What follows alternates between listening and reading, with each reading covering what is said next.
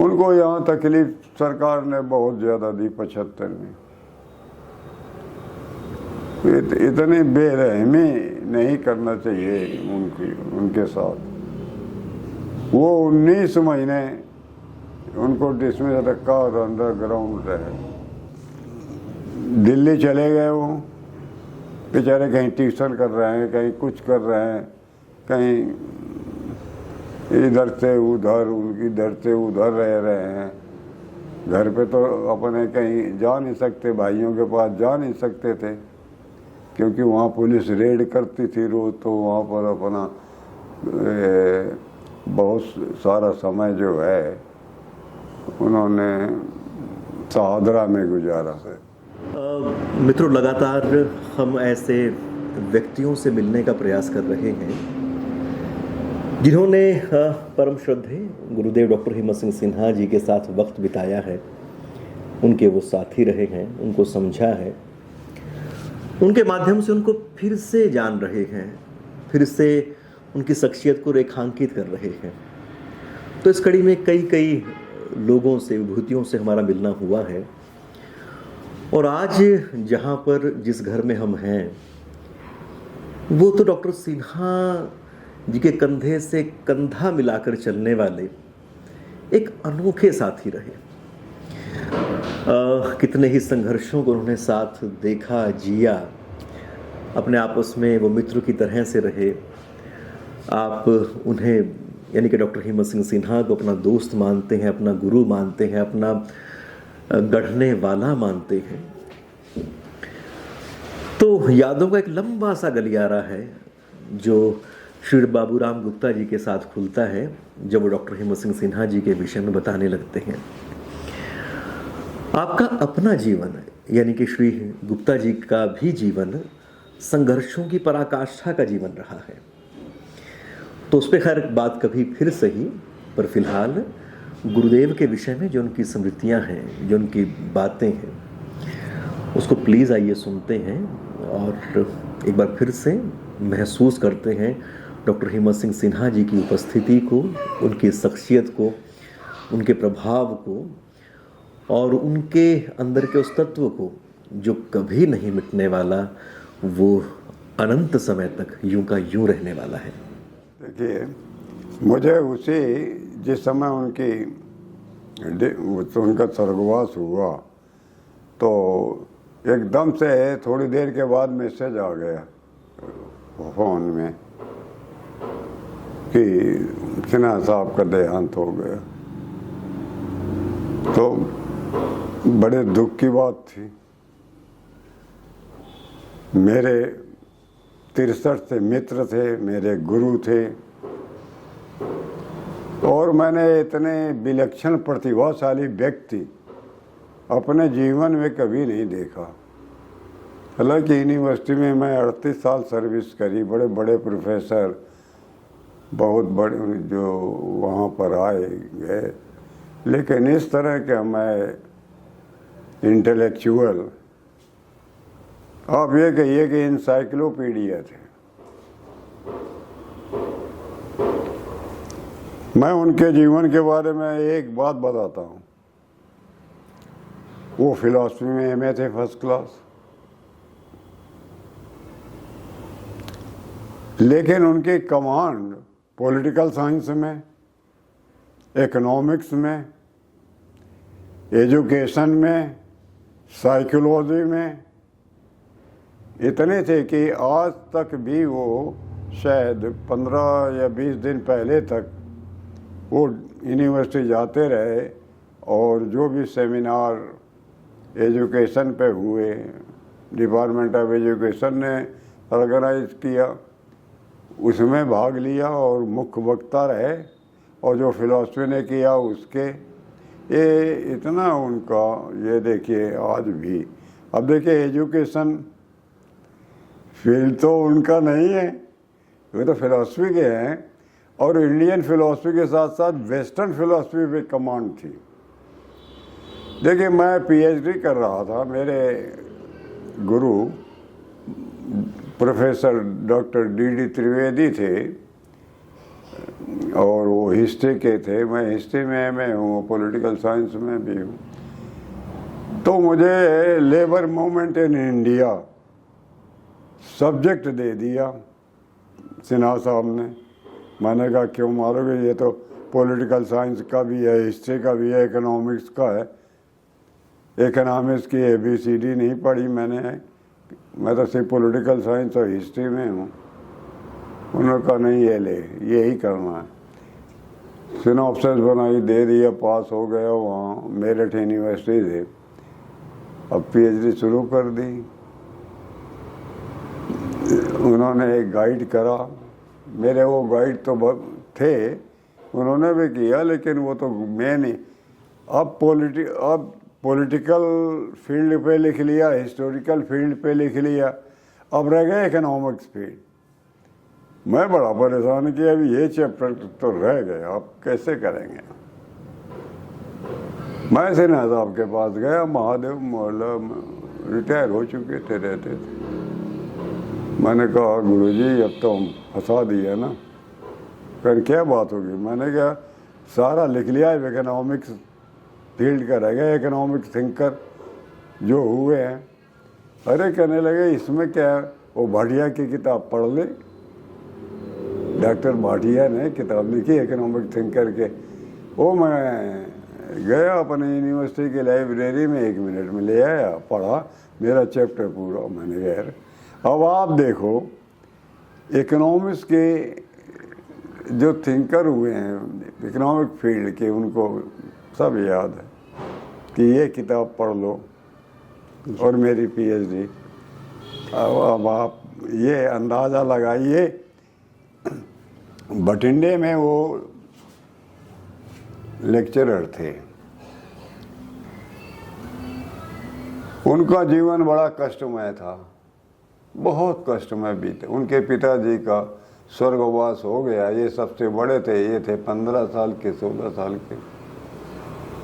अब आप लगाओ 28 में इनका जन्म हुआ और 15 साल की एज में इनके पिताजी का स्वर्गवास हो गया। ये सबसे बड़े, छोटे भाई 3, मतलब ये 4 भाई, 2 बहनें और छोटी, किसी की शादी ब्याह नहीं। अब इनको घर को संभालना था, तो ये आप समझ लो 44 में इन्होंने मैट्रिक कर ली थी, मैट्रिक की परीक्षा पास कर ली थी यूपी से। तो उस समय ब्रिटिश गवर्नमेंट थी, तो वो 15-16 साल में इनको लगा लिया ये ऑफिस में, यहाँ PWD में लग गए, क्लर्क लग गए। अब लग तो गए क्लर्क, अब घर में कितना बार, माँ, 3 भाई, 2 बहनें, 6-7 लोग, खर्च चलाना। हिम्मत नहीं आ रही उन्होंने, बिल्कुल नहीं आ रही। ये कि इनको गवर्नमेंट की तरफ से सरोजनी नगर में मकान मिल गया, सरकार की तरफ से, ब्रिटिश पीरियड में ही मिल गया, वहाँ रहने लगे। अब खर्च तो मैंने पूछा, आप खर्च कैसे चलाते थे इतना, क्योंकि पहले क्लर्क को कितने पैसे ब्रिटिश गवर्नमेंट में 55-60 रुपये 50 ऐसे कुछ मिलते थे, इससे ज़्यादा तो मिलते नहीं थे सेंट। कहते यार मैं ऐसा करता था, जैसे आलू सस्ती हुई तो 20 किलो आलू ले आया, शकरकंद ले आया 20 किलो, सस्ती होती थी, कोई लेता नहीं था, हमने खरीद ली। ऐसे उड़द की दाल ले आया, जो ले आया। कहते हैं ऐसे खर्च चलाते रहते थे सब। अब भाइयों की जिम्मेदारी थी पढ़ाने की, इन्होंने वो प्राइवेट इंटर पास करा यूपी से, फिर इन्होंने BA करा कैंप कॉलेज, पंजाब यूनिवर्सिटी का था दिल्ली में, दिन में भी चलता था, रात को भी चलता था। फिर इन्होंने MA करा, एमए करने के बाद ये लेक्चरर लग गए सीधे गवर्नमेंट में। तो उस समय तो इकट्ठी गवर्नमेंट थी पंजाब हरियाणा की, भटिंडे में लग गए वहाँ पर, और अपने भाइयों को बिल्कुल पढ़ाते रहे, बंद नहीं करा। इनसे 2-2 साल छोटे थे, 3-3 साल, 2 भाइयों को तो आर्किटेक्ट बनाया, बाल किशन को, और ये जो अब है छोटा, इनसे एक भाई दिल्ली में, वो भी, उसको भी बनाया। और सबसे छोटे को एमए साइकोलॉजी कराया, वो कनाडा चला गया बाद में, वहीं पे सेटल हो गया। वो उसकी भी डेथ हो गई, और सबसे जो इनसे छोटे थे बाली वाले कहते थे, उसकी भी डेथ हो गई। अब वो भाई एक है, वो दिल्ली में है। दोनों बहनों की शादी करी, हिम्मत हारी नहीं। फिर ये हमारे यहाँ अप्लाई करा, पोस्ट निकली 63 में, जनवरी में सेलेक्ट हो गए, हमारे पास ज्वाइन कर गए, आ गए, लेक्चरर रहे, घर को पूरा सपोर्ट देते रहे। 400 रुपये मिलते थे उस समय लेक्चरर को।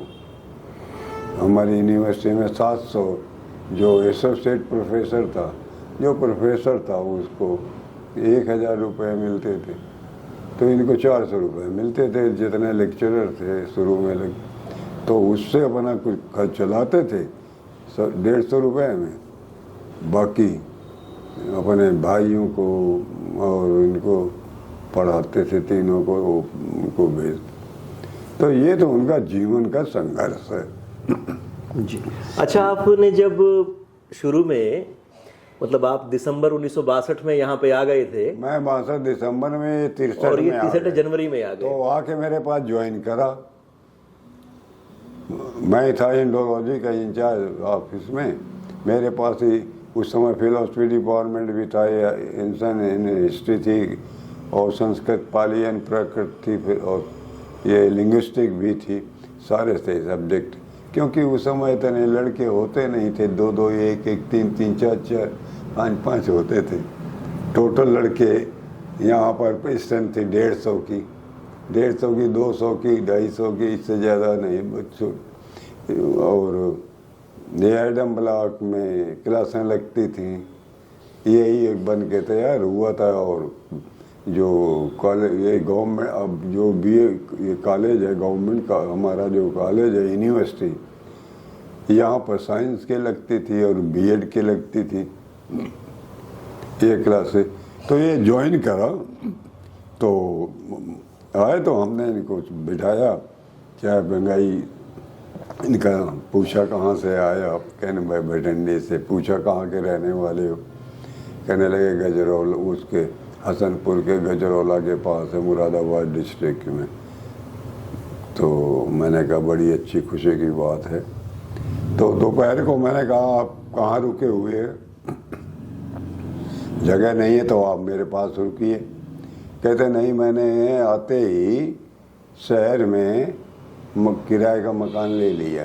तो मैंने कहा पर, कहने जो लड़कियों के स्कूल है ना, उसके सामने थोड़ा सा चल के, सड़क पे ही है। मैंने कहा अच्छा। तो मैंने कहा मैं चल रहा हूँ। कहने कहाँ जाना? मैंने कहा यार हमारे गौड़ साहब हैं, हमारे मित्र भी हैं, और हमारे दोस्त के वो मामा भी हैं और भी हैं, तो मैं उनसे मिलने जाना है आज। तो वो कहने लगे कहाँ? मैंने लगे मैंने कहा इसीलिए कि वो सयाने की हैं। जब मैंने सयाने का नाम लिया तो उन्होंने कहा मेरी बहन सयाने में भी आई है। तो मैंने कहा वो तो वहाँ पढ़ाते रहे हैं। तो कहने यार मुझे भी मिलाओ। तो मैंने मिलाया तो उन्होंने सब बताया कि हाँ नारायण आपके जीजा हैं, वहाँ पढ़ाते हैं। तो और नज़दीकियाँ बढ़ी ये। फिर हम इनको नीलोखेड़ी लेके गए। तो ये जब आए तो शुरू में हमारा ये था कि डेली हम मिलते थे इनसे। तो हम आ जाते थे, ये हमारे पास आ जाते थे हम शाम को, क्योंकि हमें भी एक दोस्त चाहिए था इनको भी एक दोस्त चाहिए था, दोनों मिल गए। और मैंने देखा कि मेरा ज्ञान तो बहुत सीमित है, मुझे तो कुछ पता ही नहीं है। तो जब शाम को बैठते तो ऐसे चलने बात होने लगती, ये पॉलिटिकल साइंस के विषय में बाहर है, first world war, second world war और ये सब। तो उनको बड़ा विस्तार से उनको ज्ञान था, नॉलेज थी, सब बताते रहते थे। इतना नहीं पता था मुझे जितना उनको पता था। फिर मैंने कहा अच्छा ऐसा करो कि हमें थोड़ी अंग्रेजी लिखना पढ़ना भी सिखा दो। फिर हमें अंग्रेजी पढ़ाने लगे। हमने अपने आप को मजबूत किया, उनके साथ सब कुछ किया, अंग्रेजी पढ़ी। और ये जितने ये पॉलिटिकल साइंस और हिस्ट्री के बारे में पढ़ा, सारा बता देते। तो उनका तो ये है कि लड़के इतने पीएचडी के लिए इतने लोग आते थे। वो भटिंडे से एक लड़का का डिजर्टेशन था इकोनॉमिक्स में, वो इनको स्टूडेंट तो था, ये फिलॉसफी वगैरह बीए में पढ़ाते रहे होंगे। अब वो वहाँ से इनके पास आया, कहने लगे जी हमारा तो डिजर्टेशन है। कहने क्या है तेरा सब्जेक्ट? कहने इकोनॉमिक कंडीशन ऑफ तांगे वाला एट देहरादून। कहने यार तू देहरादून तो जाओ, वहाँ पर देख कितने तांगे हैं, कौन कौन चलाता है, और ये सब नोट करके ले आ, उनके नाम ले आ, लिख ला, चाह तो सही एक बार। वो वहाँ पे जाएगा कि कितने तांगे हैं, क्या क्या नाम है, वो सारे मुसलमान हैं बेचारे, वो जो तांगा चलाने वाले उस समय देहरादून में। अब तो नहीं होंगे तांगे आगे। कहने ये मैं सब नोट कर रहा है। उन्होंने उसको सब लिखा दिया, सारी इकोनॉमिक कंडीशन कि जफ़ार मियाँ कितनी, अहमद मियाँ कितनी, इतने जूते इतने हैं नहीं, इतनी ये इतना वो। मैंने कहा था कि उनके बच्चे कितने हैं, सब लिख के ले आना। वो ले आए। उन्होंने उसका डिजर्टेशन खुद ही टाइप कर दिया, टाइपराइटर, लेकिन उन्होंने ले रखा था ये। तो मैंने कहा यार मेरे सामने उससे सारी इन्फॉर्मेशन, वो तो उसको लड़का वैसे ही था, कुछ डिजर्टेशन करते हैं, एमए में देते हैं, करा दिए। अच्छा, फिर जब ये मतलब यूनिवर्सिटी में जब काम शुरू हुआ, तो जब ये पार्टीशन ऑफ हरियाणा हुआ, पार्टीशन तो 66 में हुआ। 66 में हुआ। हाँ। तो उस टाइम पे यूनिवर्सिटी के किस तरह से हालात थे? कुछ दंगे वंगे होने शुरू हो गए थे, कुछ शरारतें हुई थी, तो उस समय का कैसा हाल था? और उस समय सिन्हा जी को कैसे याद करते हैं? उस समय ये सिन्हा साहब ठीक थे। वो कहते ये सब होना नहीं चाहिए, ये तो शांति रहना चाहिए। चलो हो गया बंटवारा, उनको पंजाब चंडीगढ़ के विषय में वाद विवाद होते थे, चलते रहते थे। और वो उस समय राष्ट्रीय स्वयंसेवक संघ के ये पदाधिकारी थे, और बड़ा ये इनका मान सम्मान था। और ये प्रचारक के रूप में, या हम तो ज़्यादा देखो जानते नहीं हैं कि इनके पद के, इनके पास तो डॉक्टर रामविलास शर्मा भी रोज आते थे, यहाँ पर टीचर थे गीता स्कूल में, वो भी आते थे। बड़े बड़े इनके नेता आते रहते थे इनके घर पे। मैं तो वहाँ देखता था ना शाम को, कौन आया कौन। और ये यूनिवर्सिटी के अंदर जितने लोग प्रोफेसर बहुत हैं, और सब उनके पढ़ाए हुए हैं, जो बने बाद में, जो वो पढ़ाते थे। तो उनका ये था, उनको यहाँ तकलीफ सरकार ने बहुत ज़्यादा दी 75 में। इतनी बेरहमी नहीं करना चाहिए उनके साथ। वो 19 महीने उनको डिसमिस रखा और अंडरग्राउंड रहे, क्योंकि आरएसएस की वजह से कहने लगे पकड़ो। अब दिल्ली चले गए वो, बेचारे कहीं ट्यूशन कर रहे हैं, कहीं कुछ कर रहे हैं, कहीं इधर से उधर, उनकी इधर से उधर रह रहे हैं। घर पे तो अपने कहीं जा नहीं सकते, भाइयों के पास जा नहीं सकते थे, क्योंकि वहाँ पुलिस रेड करती थी रोज। तो वहाँ पर अपना बहुत सारा समय जो है उन्होंने शाहदरा में गुजारा। वहाँ ट्यूशन पढ़ाने लगे कि किसी तरह। और अब हम कभी कहीं मिलने के लिए जाते तो कहीं मिल ही नहीं पाते। कहाँ पता फिर हमें चला कि वहाँ है, तो मैंने कहा यार मैं जाऊँगा तो उनको पता ये खास आदमी है, उनका पुलिस लग जाएगी तो वो भी अरेस्ट हो जाएंगे। फिर अरेस्ट होते तो पुलिस बहुत बुरा व्यवहार करती। चौधरी बंसीलाल को पता नहीं क्या था कि उनको डिसमिस रखा। फिर जब 77 में जनता पार्टी बनी और यहाँ पर चौधरी देवीलाल मुख्यमंत्री यहाँ बने, फिर वो सब आए, उनको सर्विस मिली रहे। तो बड़ा कस, बिना मतलब कोई लेना नहीं कोई देना नहीं। मैं उन दिनों को भूला नहीं जो उनके ऊपर मुसीबत पड़ी। और उनको मदद पहुंचाएं तो कैसे पहुंचाएं, कहाँ से पहुंचाएं। दिल्ली में मैं अगर जाता हूँ तो पुलिस जाएगी। वो हमारे यहाँ पर आती रहती थी। अरे मैंने कहा यार वो तो चले गए हैं, अब कहाँ है हमें क्या पता कहाँ नहीं है। अच्छा, यूनिवर्सिटी के अंदर भी सिन्हा जी तो बहुत दफ़े आपकी बात करते थे कि कोई लोग अटैक करने के लिए उनके ऊपर आए तो आप भी खड़े हो गए, जो माली हैं सबके सब वो तलवारें लेके अपनी खड़े हो गए। तो बहुत संघर्ष आप लोगों ने बहुत साथ साथ देखा है। इमरजेंसी के बाद में भी कई सारे दौर देखे आपने संघर्ष के, उसके बारे में थोड़ा सा याद करें। आपका जीवन अपना बहुत संघर्ष में रहा है। मेरा तो खैर रहा है, बहुत ज़्यादा रहा है, लेकिन बात आज हो रही है आदरणीय सिन्हा साहब की, तो मैं अपने जीवन के बारे में, एक संघर्ष के बारे में क्या कहूँ। हाँ, सिन्हा साहब के बारे में अगर कोई कुछ कहता था तो हम उसे बर्दाश्त नहीं करते थे। पूरी तरह से हम डिफेंड करते। जब हम डिफेंड करते थे तो हमारे साथ सैकड़ों आदमी डिफेंड करते थे सिन्हा साहब को।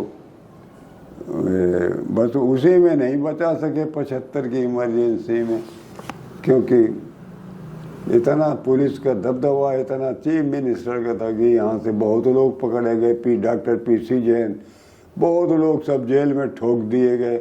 देवेंद्र शर्मा और ये सब जेल में। बस सिन्हा साहब को हमने ये अंडरग्राउंड मैंने पहले के लिए सचेत हो जाओ गुरुजी, मामला टेढ़ा है, पहले तो हड्डियां तोड़ेंगे। ये बहुत ज़्यादा शक्ति थी। तो हमें बड़ा दुख, मैंने यार क्या डेमोक्रेसी है, क्या प्रजातंत्र है, बताओ एक प्रोफेसर के साथ इस तरह का व्यवहार हो रहा है। और एक के क्यों, कई प्रोफेसर अंदर कर दिए। डॉक्टर चोपड़ा थे पॉलिटिकल साइंस के, उनको जेल में डाला। डॉक्टर PC जैन को डाला, और भी बहुत लोगों को, बड़े सीनियर जो भी RSS या RSS से संबंधित थे या समझ जो उस समय जनसंघ से, उस समय की जनसंघ थी ना, तब तो भारतीय जनता पार्टी बनी भी नहीं थी। ऐसा था जी। अच्छा, कुछ और ऐसे वाकया यूनिवर्सिटी के अंदर के, कोई VC के साथ की मीटिंग या कुछ और चीज़ें ऐसी आप याद करें सिन्हा जी के साथ, हमें बताएं। मतलब सिन्हा साहब के साथ? हाँ, आपकी सिन्हा जी के साथ, और बाकी आप वो कहीं बैठे हैं, कोई बात कर रहे हैं, कहीं धरने में है, कोई कुछ ऐसी बातें याद करें। ऐसा था कि सिन्हा साहब, मैं तो यूनियन में प्रेसिडेंट था ही, तो मैंने उनको ये कहा कि अरे आप भी चुनाव लड़िए ना। उसमें ये टीचर एसोसिएशन में। अब टीचर एसोसिएशन में चुनाव लड़ाया और वो जीत गए, ये जो इनके खिलाफ खड़े थे वो हार गए। अब जो हार गए और इनके साथ उठना बैठना था उनका, डॉक्टर वो प्रोफेसर एसपी शर्मा जूलॉजी के, उठना बैठना था। उर्दू ये भी जानते थे, उर्दू में वो भी शेर व शायरी करते थे, लिखते थे।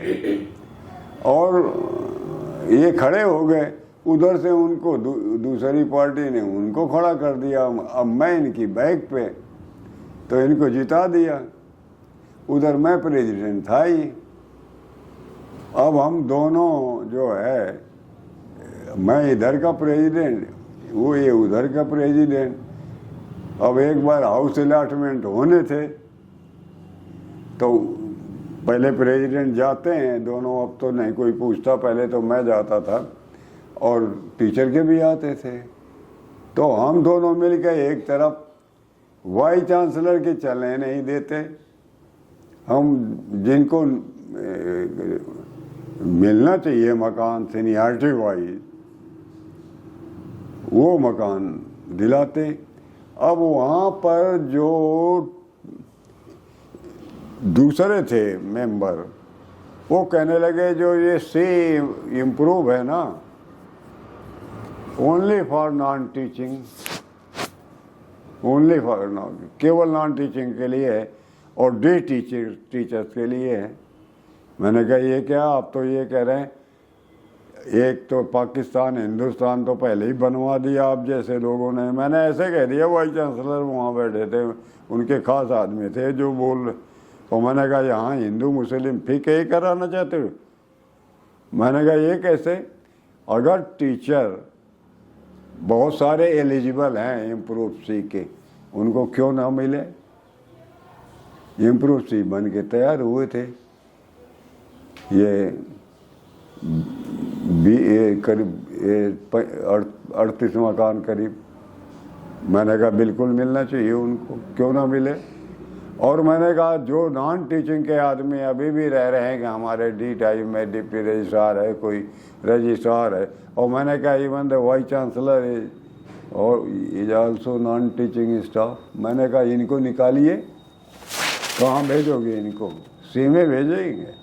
क्या बात है, अरे इसको मकान हाउस अलॉटमेंट जो होते हैं, मैंने कहा पे के हिसाब से होते हैं कि भाई अगर वो आदमी एलिजिबल है पे से तो उसको मिलना चाहिए।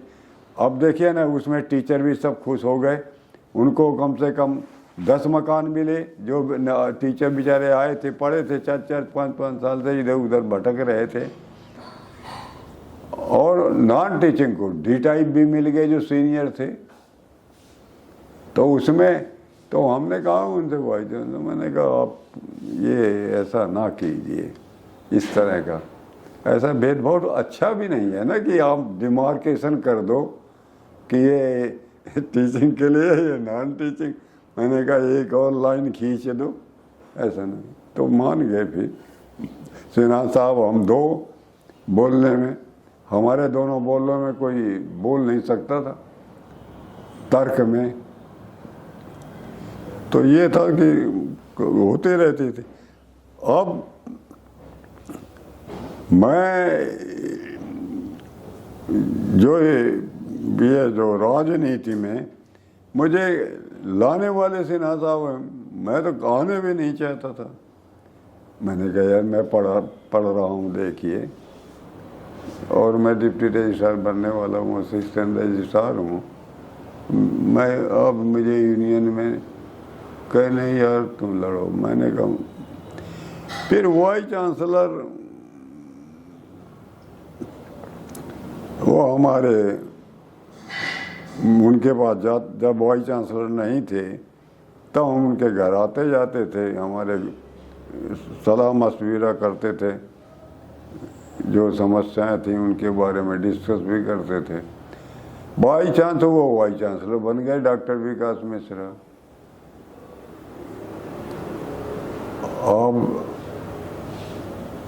तो उस समय मैं प्रेसिडेंट नहीं बना था, जब वो बने मुझे बुलाया, कहते हैं प्रेसिडेंट बन जा। उधर सिन्हा साहब वो उनके दोस्त थे, वो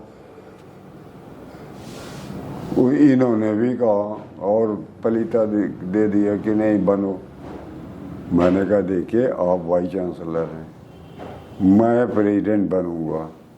टकराट एडमिनिस्ट्रेशन की यूनियन की होती है, जो यूनियन गद्दार होती है वो तो प्रशासन से मिल जाती है। आप प्रशासनिक अधिकारी सबसे बड़े हैं वाइस चांसलर, और मैं आप वही कर रहे हो आप जो कि महाभारत में भीष्म पितामह द्रोणाचार्य एक तरफ और अर्जुन एक तरफ। ये क्या कहते हैं? नहीं कहते हैं मुझे बदला लेना है। अरे मैंने किससे लेना है? कहते हैं देखो एक इन्होंने ग्रुप बना रखा है हमारे खिलाफ। वो थे कुछ लोग प्रोफेसर थे, नाम उनके लेना उचित नहीं है। कुछ प्रोफेसर थे, कुछ नॉन टीचिंग के थे हमारे। कहते हैं ये प्रेसिडेंट खड़ा होता नॉन टीचिंग में और इसको पटको तो वो अपने आप पटक जाएंगे इनके ग्रुप वाले। मैंने कहा पटक तो दूंगा, इसमें कोई शक नहीं। खड़ा हो गए, चुनाव हो गए। सिन्हा साहब रिटर्निंग ऑफिसर चुनाव के, वो चुनाव कराया इन्होंने, पहला चुनाव इन्होंने कराया। तो चुनाव में हम जीत गए। अब जीत गए तो दुनिया भर की डिमांड आ गई। अब तो क्या करें, कुछ समझ में नहीं आ रहा था। फिर मैं चार्टर ऑफ डिमांड रखा। एक दिन हम मिलने गए, हम अपनी के जो तो देखो मैंने कहा कि हम तो आज वाइस चांसलर से मिलने आए हैं, अपने गुरु जी से नहीं आए। आप तो हमारे गुरु रहे, बड़े सलाम मशवीरा सब कुछ देते रहे। तो कहने लगे कुछ दम खम दिखाओ। मैंने कहा ये मत कहो कि दम खम दिखाओ, मैं आपके खिलाफ दम खम दिखाऊंगा, लोग क्या कहेंगे? कहे नहीं कुछ तो ठीक है। मैंने कहा अब दम खम दिखाने में एक लेटर लिखा कि 5 अगस्त से after office hour peaceful demonstration होगा। अब वो जो ग्रुप खिलाफ था उनके, वो सब उनके पास हो गया। उनका ये गुप्ता बड़ा ये है वो है, और उन्होंने मुझे सस्पेंड कर दिया।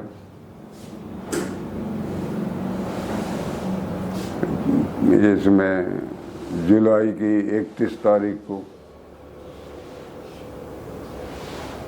सस्पेंड कर दिया। 1 अगस्त को जब हम आए तो सस्पेंशन ऑर्डर हमारे मिले हुए हड़ताल हो गई, लाइटनिंग स्ट्राइक अपने आप। तो वहाँ से तकरार बड़ी। सारा एजिटेशन के जितने न्यूज है सब सिन्हा साहब देते थे डेली। और कितने साल तक दिया देखो, 20 साल तक।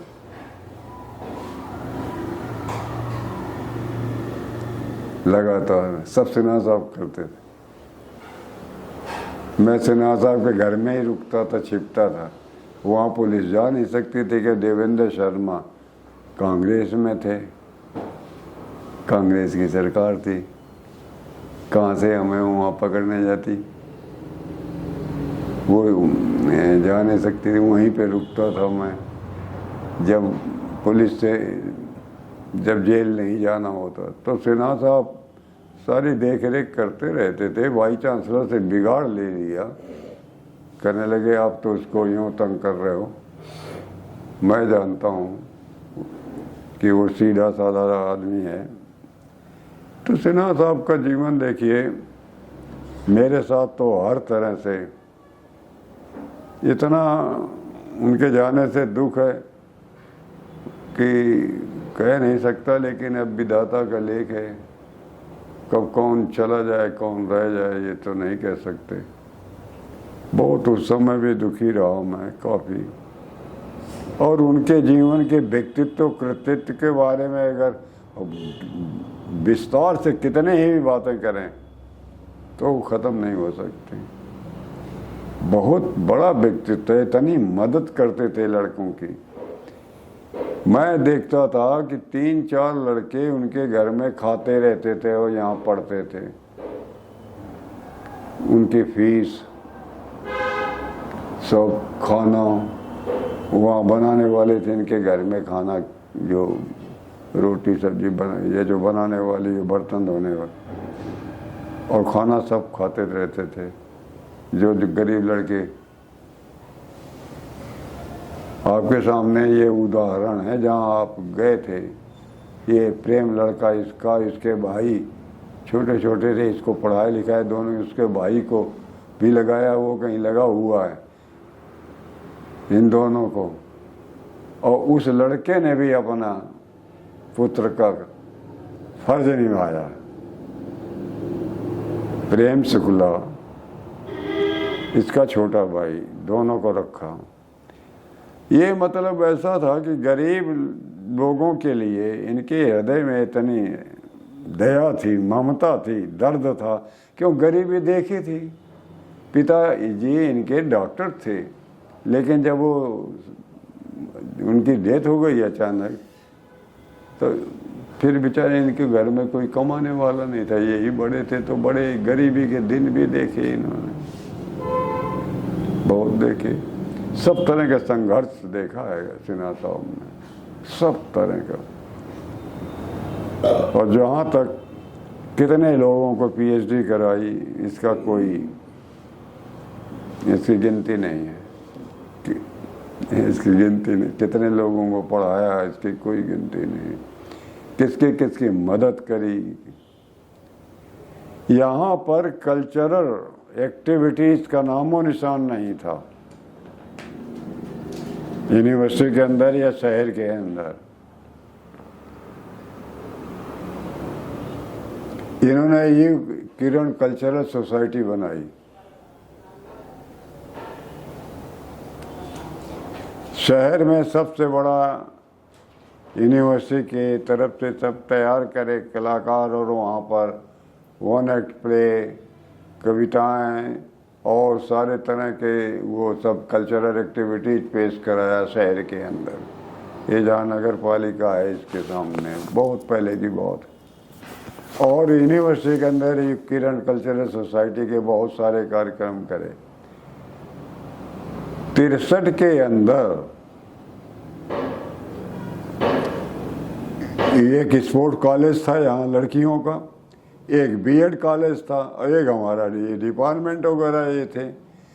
तो 4 और 5 सितंबर को टीचर्स डे मनाते हैं। 5 सितंबर को आप टीचर हैं तो टीचर्स डे मनाते हैं। तो उसमें प्रोग्राम हर एक कॉलेज करता है। जैसे हमारे बीएड कॉलेज की तरफ से था, स्पोर्ट्स कॉलेज की तरफ से था, ये जो लड़कियों का। बीएड कॉलेज से एक नाटक पेश करना था, किया, वो एकांकी नदी पे ऐसी थी, धर्मवीर भारती का लिखा हुआ नाटक।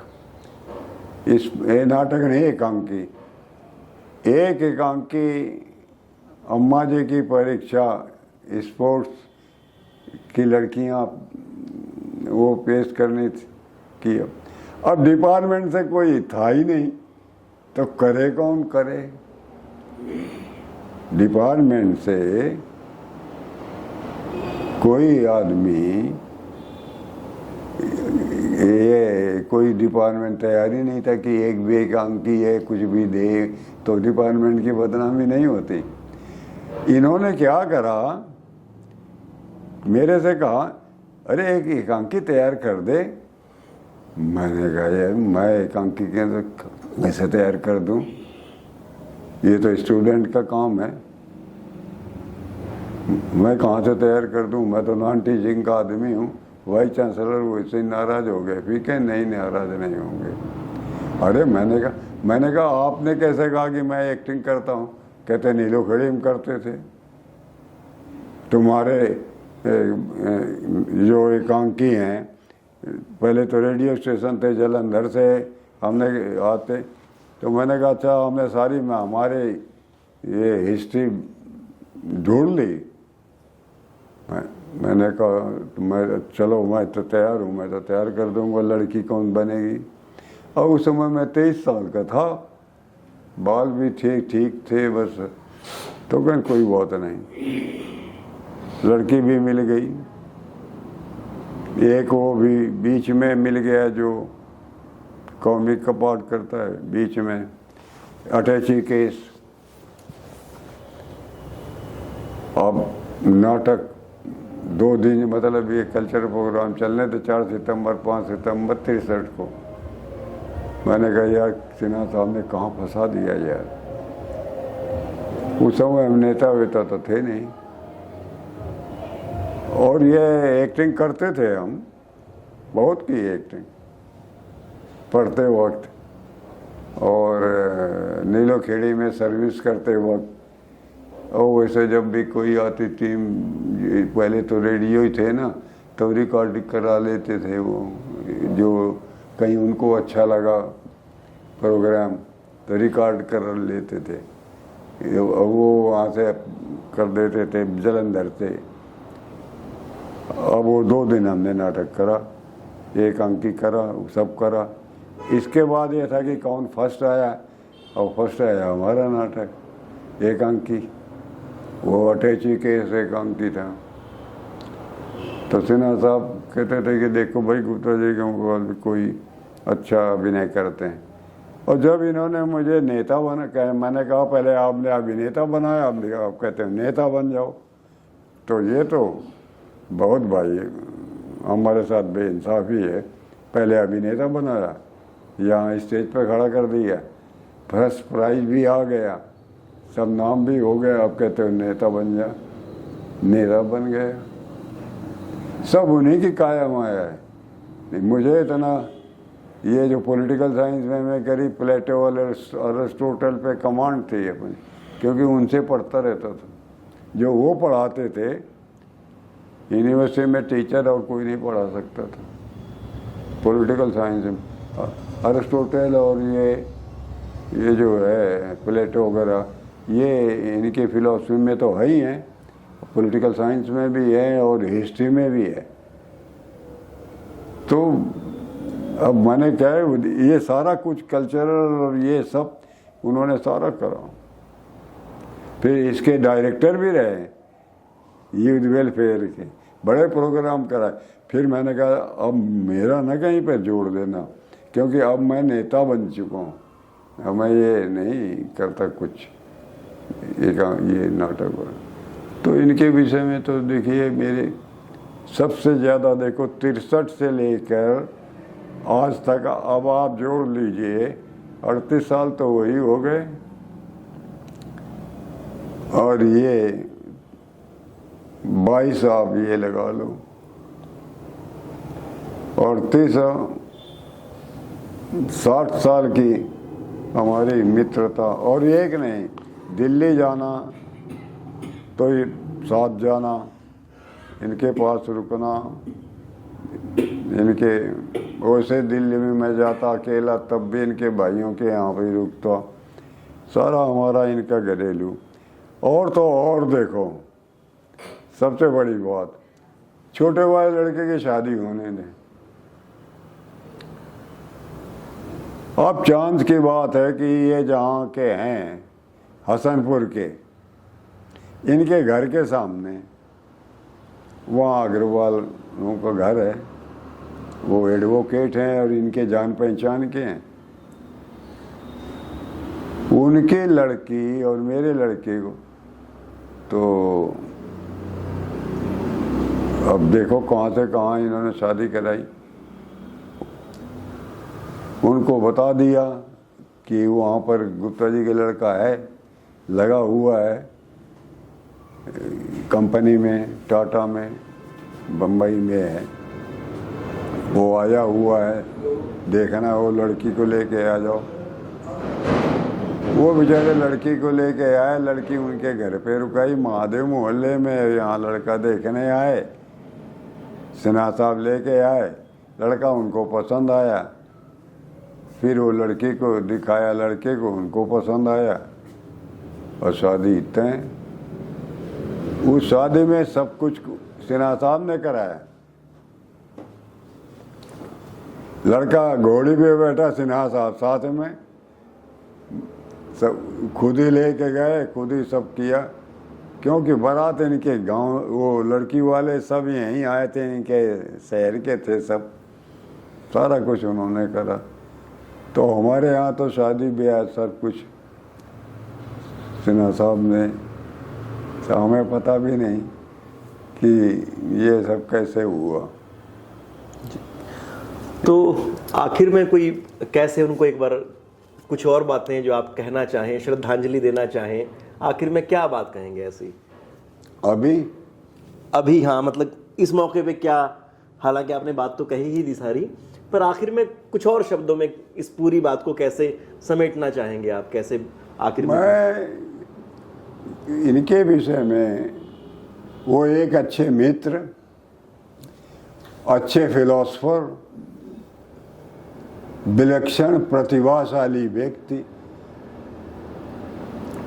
बहुत सारे विषयों में उनके कमांड, योग्यता, और आखिरी दम तक उन्होंने कितनी किताबें, कितने लेख लिखे जो कोई आम आदमी नहीं लिख सकता। आखिरी समय तक 93 साल की एज में उन्होंने पीएचडी भी गाइड करा, आर्टिकल भी लिखे, और उनको हरियाणा सरकार ने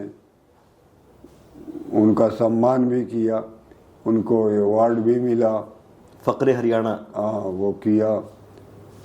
तो अब आप देखिए खुद ऐसे व्यक्ति, मैं अंतिम में इतना नहीं कहूँगा, ऐसे व्यक्ति का जन्म बहुत कम होता है, बहुत कम होता है, और बहुत दुर्लभ है ऐसे विलक्षण प्रतिभाशाली व्यक्ति। मैंने तो पहले ही कहा था, अब भी कह रहा हूँ कि मैंने अपने जीवन में, मेरे देखिए अब 83 साल में चल रहा हूँ, मैंने नहीं देखा। हालांकि देखो मैं भी पढ़ा हूँ सब जगह, AA करा, PhD करी, सब जगह घूमा हूँ और सभी, लेकिन मैंने नहीं देखा। हर आदमी एक सब्जेक्ट में अपना होता है, ये तो सारे सब्जेक्टों में कैसे कह दें।